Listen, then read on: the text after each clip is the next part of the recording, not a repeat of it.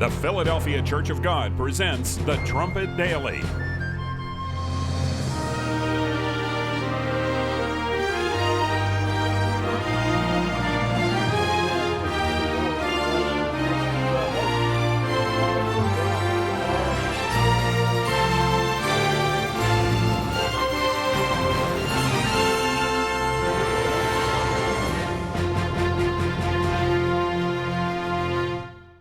Hello everyone, and welcome back to the Trumpet Daily. In the Fourth Commandment, God commands us to keep the Sabbath holy by resting. But by resting from what? Well, in Exodus 20 and verse 8, it says, "Remember the Sabbath day to keep it holy." Then in the very next verse, it says, "6 days shall you labor and do all your work." Few people realize that this command to work is also part of the Fourth Commandment.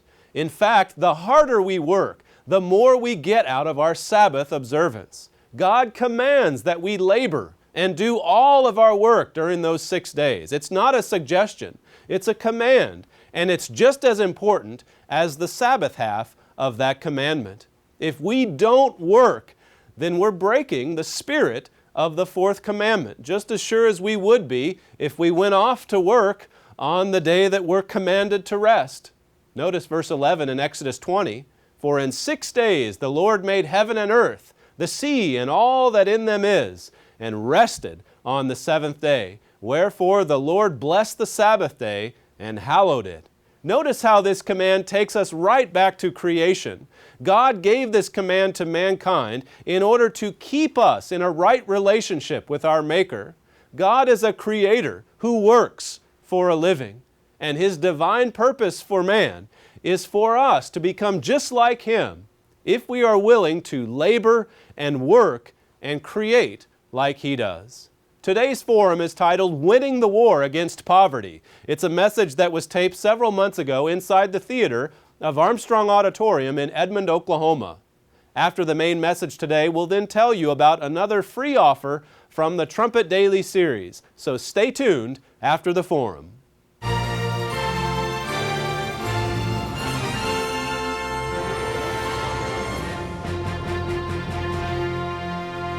The other day, my daughter asked me if I've ever been without a job, and I had to think way back to when I was a teenager. I think it was during basketball season, when I'd pretty much just abandoned all of my summer jobs and such so that I could concentrate just on getting into shape and playing sports and so on. But nearly always, as soon as the season was over, then it was time to get back into whatever it was, throwing papers or working at the coffee store or the greenhouse that I worked at. And so we had a nice little discussion about my work history, and then my daughter asked, "Well, if you lose your job, would the government take care of you?" And I said, "Well, to be honest, I'm not exactly sure how that even works. I've never signed up for papers. I've never gone and filed for any kind of public assistance. But I do know that I would have to go out and get another job, any job. It really wouldn't matter what sort of work it is. It would have to just be a job, because as I went on to tell her and my son, it would just be humiliating to have the government to intervene and take care of our family. And yet, if you look at society today, there's far too many families, too many men, and way too many young men in particular, that seem quite happy to let some sort of government assistance provide for themselves or for their families. And it just shouldn't be that way. Not if we are faithful in our beliefs, not if we are true Christians, following in the example of Christ. You can't think of the ministry and the work of Jesus Christ and ever envision him being in an unemployment line. Now, again, some people fall upon hard times, and the fact that there's some assistance there to help people get back on their feet in some ways is a good thing, but not in the way that it's being used in our society or In Britain, for instance, last week there was a report that came out showing how a large percentage of UK adults, particularly men, who have just not worked in years, they just have no work history. Years and years of that sort of thing. The UK has one of the highest ratios of workless households in the EU. Nearly 1 in 8 British adults is currently living in a workless household. A household where there's no work, there's no culture of work, of producing. It said in 2010, the path to a more productive economy lies, this is a conservative study, they're giving their assessment of the situation, and the path to a more, as it says there, a productive economy. It lies primarily in a transformation of households rather than industries and firms. It says socialized households need to be returned to the private sector as a matter of urgency. The one good thing about that study is that at least there's an awareness of what needs to be fixed if the society over there in Britain, which many would say is just broken, but what needs to be fixed is the family. It talks about a transformation in the family, not so much the firms or the industries, but rather the family. That's what needs to change. It says in the study, at the heart of the phenomenon are entrenched patterns of worklessness among young males, despite a long, unbroken sequence of economic growth. Now, the economy just in the last couple of years, of course, has taken a downturn across the world, but it's talking about long before that, where there's just been this unbroken sequence of economic growth and development over the last generation or so. And yet, concurrent with that, you have a rising generation or a younger generation that, even though there's been plenty of growth in the economy, there's been an increase in worklessness among young people in particular. Unemployment among young men aged 16 to 24 is at 12%, the study found. And among those who are not employed, it says 42% have never worked. 42% of these young men in Britain have just never had a work history. They don't know what it's like to work. They don't know what it's like to produce. They're just becoming deadbeats.